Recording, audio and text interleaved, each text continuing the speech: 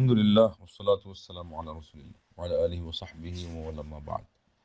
ফিতরা সম্পর্কে প্রশ্ন আসছে, কিভাবে দেওয়া হবে? যদিও এখানে বলা হয়েছে টাকা।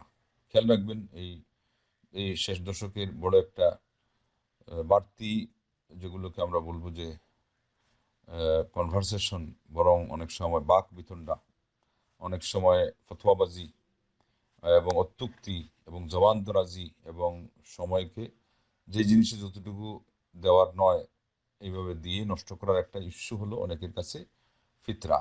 এবং ফিতরা কি দিয়ে দেওয়া হবে?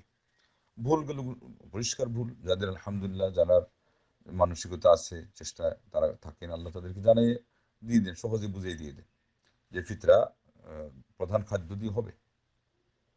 কিন্তু এটা নিয়ে যেই পরিমাণ কথা হয়, বিশেষ বিশেষ করে প্রতিপক্ষের পক্ষ থেকে যুক্তিতর্ক আর এই পক্ষ থেকে প্রতিবাদমূলক এবং ট্যাগ লাগানো বর্তমান পরিবেশ অনুযায়ী যেগুলো হয়, এগুলো হলো অতিরঞ্জন, এবং এগুলো হলো বাড়াবাড়ি, প্রান্তিকতা, এবং এটা হলো নিজেকে বুদ্ধিমান মানুষ হিসেবে যেই কাজগুলো করা বেশি প্রয়োজন, প্রায়োরিটিতে যেগুলো রাখা দরকার, সেগুলোর থেকে সরে গিয়ে এমন কিছু জিনিস নিয়ে ব্যস্ত থাকা যে দেখতে খুব ভালো দেখাচ্ছে, অথচ এটার কারণে ওনার ক্ষতি হচ্ছে, জাতির ক্ষতি হচ্ছে, মানুষ মিসগাইড হচ্ছে এবং তাদের মধ্যে ভুল বোঝাবুঝি বাড়ছে এবং দূরত্ব বাড়ছে।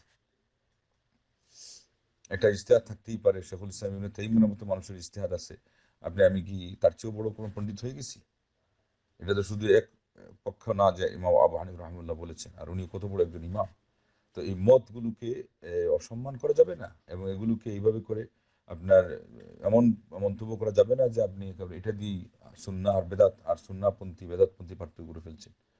সব মিলিয়ে আগাগোড়া এটা হলো একটা ফিকহি মাসআলা, যেখানে ইজতিহাদের সুযোগ আছে।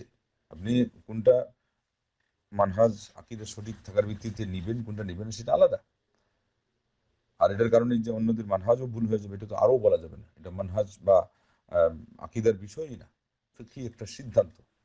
অবশ্যই আল্লাহ নবী সাল্লাল্লাহু আলাইহি ওয়াসাল্লামের হাদিস থেকে যেটা পাওয়া যাচ্ছে, আমাদের আলিমরা যে ব্যাখ্যা দিয়েছেন যে খাদ্য উদ্দেশ্য, এটা আমরা শিরোধার্য হিসাবে মেনে নিই এবং নিতেই পারি।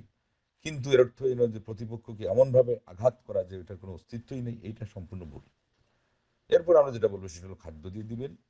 এটাও সতর্কতামূলকভাবে 3 কেজি আপনি যেই মানের চাল ব্যবহার করেন, আর না হলে আরও কম থেকেও হয়, কিন্তু অনেক সময় ওজনে আপ ডাউন হয়, মানে কম বেশি হয়, পাতলা হয়, ভারী হয়, এটার ভিত্তিতে ব্যবধান।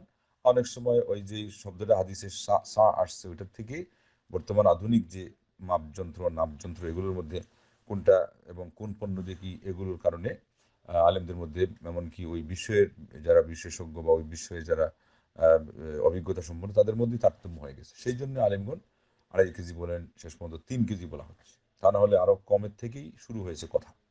কিন্তু সবসময় খেয়াল রাখতে হবে আমাদের, যাতে বেশি হলে দান হয়ে যাবে, কিন্তু কম যাতে না পড়ে।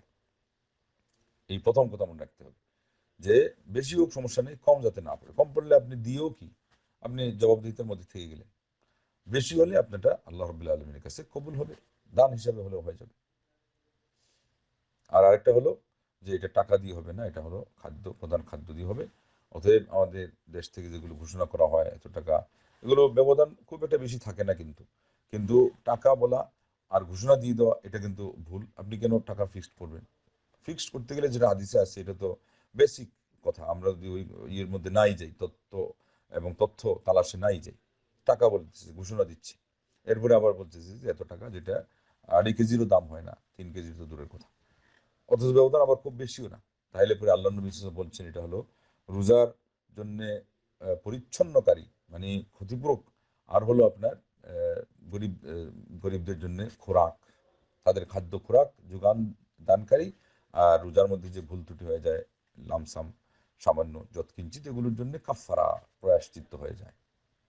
তাইলে আমাদের এই প্রায়শ্চিত্তর কাজের জন্য অবশ্যই অবশ্যই আমরা এটা খাদ্য হিসাবে দিব, সঠিকভাবে দিব।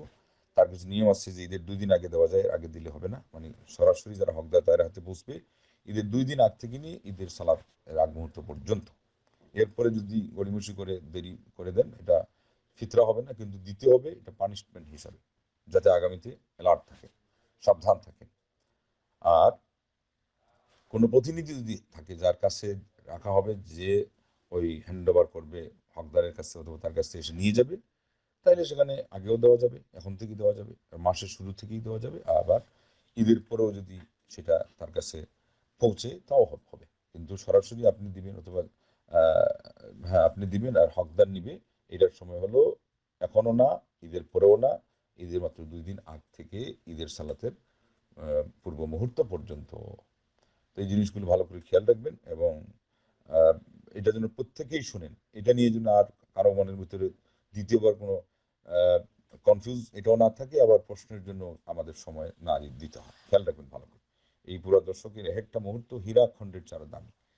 এবং আসল যেটা সেটা হলো আল্লাহর অধিকার আদায় করার ক্ষেত্রে আপনি সচেতন হলেন কিনা।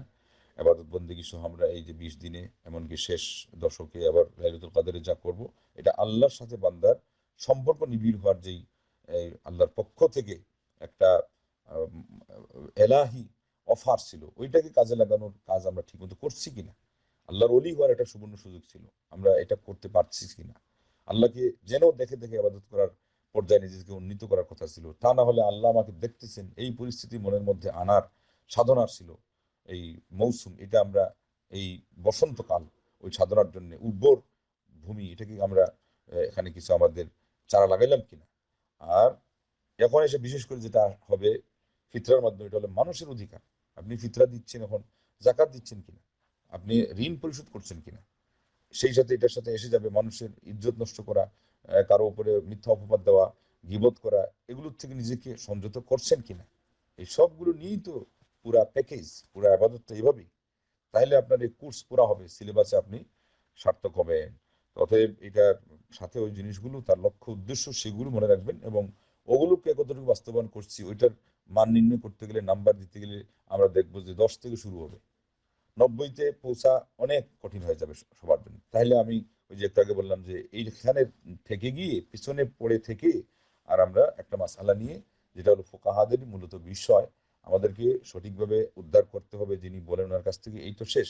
কিন্তু ফেসবুকের মধ্যে যারা আম পাবলিক ধরা যায়, আলিমদের মোকাবেলায় যারা ফতোয়ার বিশেষজ্ঞদের তুলনায় এরা বেশিরভাগ হলো আপামর জনসাধারণ, যাদের এগুলো নিয়ে মুখ খোলার কোনো কথাই না, তারা সেখানে এখানে কমেন্ট করে, তারা মন্তব্য করে, তারা ফতোয়াবাজি করে, তারা সুন্নাহ এবং বেদাত আহ, দিয়ে পক্ষপাত বানিয়ে ফেলে, এবং একজন এক পক্ষকে আরেক পক্ষের বিরুদ্ধে লড়িয়ে দিয়ে দেয়, লেলিয়ে দিয়ে দেয়। এগুলো হলো একটা, ওই যে মিস্টার শয়তান বন্দী হয়ে আছে, কিন্তু আমাদেরকে সে তার চেলা চামান্ডা হিসাবে যে ব্যবহার করার জন্য ওই 11 মাসে প্রস্তুত করে গেছে, আমরা ওরই শিকার হচ্ছি। ওর মানে ওই অসৎ উদ্দেশ্যের মানে আমরা লা হাওলা ওয়ালা কুওয়াতা ইল্লা বিল্লাহ এক একজন গুঢি সাজতেছি। তো এটা হওয়া যাবে না। আল্লাহ আমাদের সবাইকে বুঝদান করুন, হেদায়েত করুন। অন্তত সিয়াম সাধনের মাসে আমরা যেন আমাদের সাধনাকে পূর্ণতায় নিয়ে পৌঁছাতে পারি, সর্বোচ্চ সাধনে আমরা প্রাঙ্গমতা এবং সার্থকতা অর্জন করতে পারি। মহান রব্বুল আলামিন আমাদেরকে তৌফিক দেন, গুনাহ খাতা মাফ করাতে পারি, তাকওয়ার একেবারে গভীর থেকে গভীরে পৌঁছতে পারি। আমিন ওয়া আখিরু দাওয়ানা আলহামদুলিল্লাহি রাব্বিল আলামিন।